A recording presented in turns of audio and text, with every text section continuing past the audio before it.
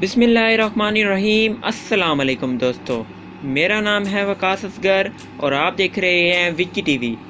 दोस्तों, आप सब जानते ही हैं कि नया बजट मंजूर कर दिया गया है, लेकिन इस नए बजट के मंजूरी के बाद अब इमरान खान और दूसरे हुकूमती मुलाजमीन की तनख्वाह कितनी है, आज हम इस वीडियो में यही डिस्कस करेंगे।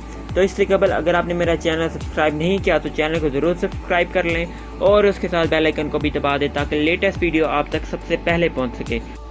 प्यारे दोस्तों, जब वज़ीर आज़म इमरान खान नियाज़ी साहब ने हल्फ उठाया तो उन्होंने वज़ीर आज़म हाउस में क़याम करने से मना कर दिया।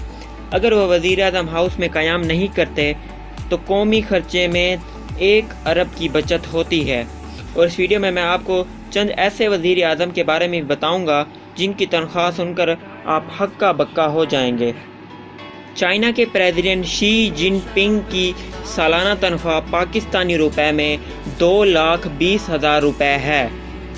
उसके बाद हमारे हमसाया मुल्क इंडिया के वज़ीर आज़म मोदी साहब की तनख्वाह 30 लाख रुपए है। उसके बाद कनाडा के वज़ीर आज़म जस्टिन ट्रूडो की तनख्वाह 2,66,000 रुपये है। और फिर सबसे पहले नंबर पर सिंगापुर के वज़ीर आज़म हलीमा याकूब की तनख्वाह $22 मिलियन सालाना है।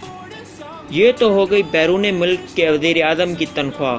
अब आते हैं पाकिस्तान की तरफ। सुप्रीम कोर्ट के आला जज की तनख्वाह 9 लाख रुपए है। उसके बाद सदर आरिफ अलवी की भी तनख्वाह 9 लाख रुपए ही है।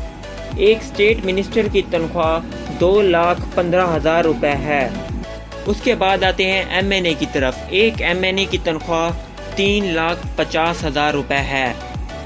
अब आते हैं वज़ीर आज़म इमरान खान नियाज़ी की तरफ। उनकी सालाना तनख्वाह 1,07,280 रुपये है। पाकिस्तान के वज़ीर आज़म इमरान खान नियाज़ी साहब ने हमें ये दस दिया है कि अगर हम अपना खुद ख्याल नहीं रखेंगे तो ये मुल्क नहीं चलेगा। मुअज़्ज़िज़ नाज़रीन, ये थी हमारी आज की वीडियो। हमारी ये वीडियो पसंद आने की सूरत में वीडियो को लाइक करें, कोई सवाल हो तो कमेंट करें और अपने प्यारे दोस्तों के साथ शेयर भी करें। और हमारी नेक्स्ट वीडियो आने तक अपना और अपने प्यारे दोस्तों का ख्याल रखें। तब तक के लिए हमें इजाज़त दीजिए। अल्लाह हाफ़िज़।